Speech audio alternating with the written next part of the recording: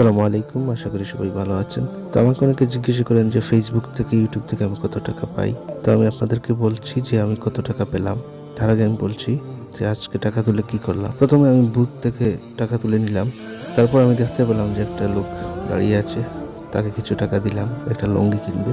তার একটা কথাই আমার কাছে খুব মন কেড়ে নিয়েছে, সেটা হচ্ছে সে একটা মহিলাকে বলছিল, ওই মহিলাকে টাকা দেয় নাই। সে বলছিল যে মা, আজকে আমাকে টাকা দিচ্ছ না, কিন্তু আল্লাহকে একদিন টাকা দিবে। এই কথাটা আমার মনে লেগেছিল। তারপর আমি এখান থেকে কিছু টাকা তাকে দিই। তারপর আসলাম আমাদের এখানে একটা রেস্টুরেন্ট আছে, A1 রেস্টুরেন্ট। সেখানে আমি লাঞ্চ করব। তো লাঞ্চের জন্য সেখানে ঢুকলাম, ভুনা খিচুড়ি অর্ডার দিলাম। তারপর আমার জন্য ভুনা খিচুড়ি নিয়ে আসা হলো।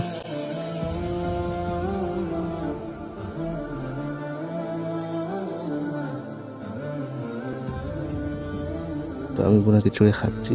আমি সাধারণত ডিম দিয়ে ভুনা খিচুড়ি খাই। আমার এটা একটা প্রিয় খাবার। আমার খাবারগুলো যদি তালিকা করা হয় তাহলে এই খাবারটা প্রথমেই থাকবে।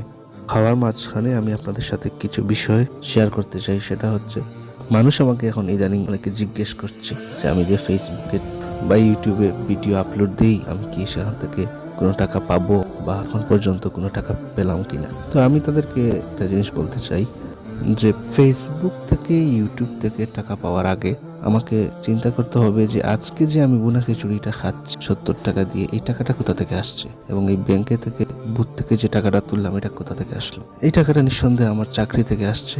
আমি একটা চাকরি করি, এই চাকরি থেকেই, স্যালারি থেকে এই টাকাটা আসছে। তো আমি যে চাকরিটা পেলাম, এই চাকরিটা কিন্তু একদিনে পাইনি। এখানে আমার অনেক পড়াশোনা করতে হয়েছে, অনার্স পর্যন্ত পড়াশোনা করতে হয়েছে, একটা চাকরি করার মতো যোগ্যতা অর্জন করতে হয়েছে, তারপর আমি চাকরিটা পেয়েছি। তো চাকরি যেমন আমার একদিনে হয় নাই, ঠিক তেমনি ইউটিউব ফেসবুকে একদিনে টাকা আসবে না। ইউটিউব ফেসবুকেও টাকা আসতে হলে সময় লাগে। এখানে একটা দীর্ঘ সময় ব্যয় করতে হয় পড়াশোনার মতো, তারপর আপনি একটা রেভিনিউ আর্ন করতে পারবেন। তো আমি খিচুড়ি খাওয়া শেষ করে নিচে চলে আসলাম। এসে ওই বৃদ্ধ লোকটাকে দেখলাম আছে কিনা। আমি কিছু জিনিস ওনাকে জিজ্ঞেস করতে চাইছিলাম, তো পাইনি।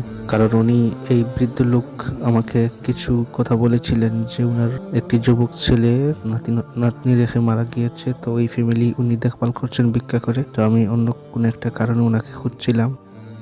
তো পরে আমি, আমাদের এখানে একজন পান বিক্রেতা আছেন, জীবনদা, ওনার এখানে আমি পান খাই। তো উনি আমাকে একটা জর্দা ছাড়া পান দেন, মিষ্টি জর্দা দিয়ে। তো ওনাকে বললাম যে জীবনদা একটা পান দিন। তো উনি পান দিল।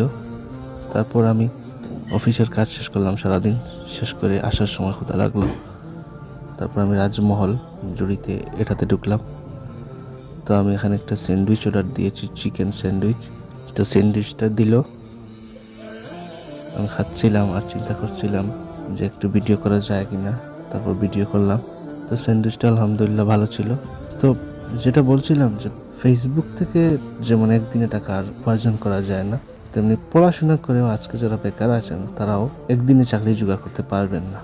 আপনি যে পড়াশোনা করেছেন, সেই পড়াশোনার কোয়ালিটির উপর ডিপেন্ড করছে যে আপনি কি এই পড়াশোনা কাজে লাগিয়ে কোনো চাকরি পাবেন কিনা, অন্য কোনো চাকরি যেটা পড়াশোনা দরকার নেই সেটা করবেন। কারণ ফিজিক্যাল লেবার আর ইন্টেলেকচুয়াল লেবার এক না। ফিজিক্যাল লেবারে আপনার প্রাতিষ্ঠানিক শিক্ষা অনেক সময় না হলেও হয়, কিন্তু ইন্টেলেকচুয়াল যেই জবগুলো আছে সেগুলোতে কিন্তু আপনার নির্দিষ্ট একটা শিক্ষাগত যোগ্যতা আপনার অবশ্যই থাকতে হবে।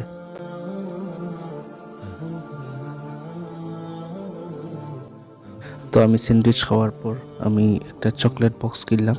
তো চকলেট বক্সটা কিনে আমি আস্তে আস্তে বাড়ির দিকে রওনা হলাম। আজকে এই পর্যন্ত। সবাই ভালো থাকেন। আসসালামু আলাইকুম।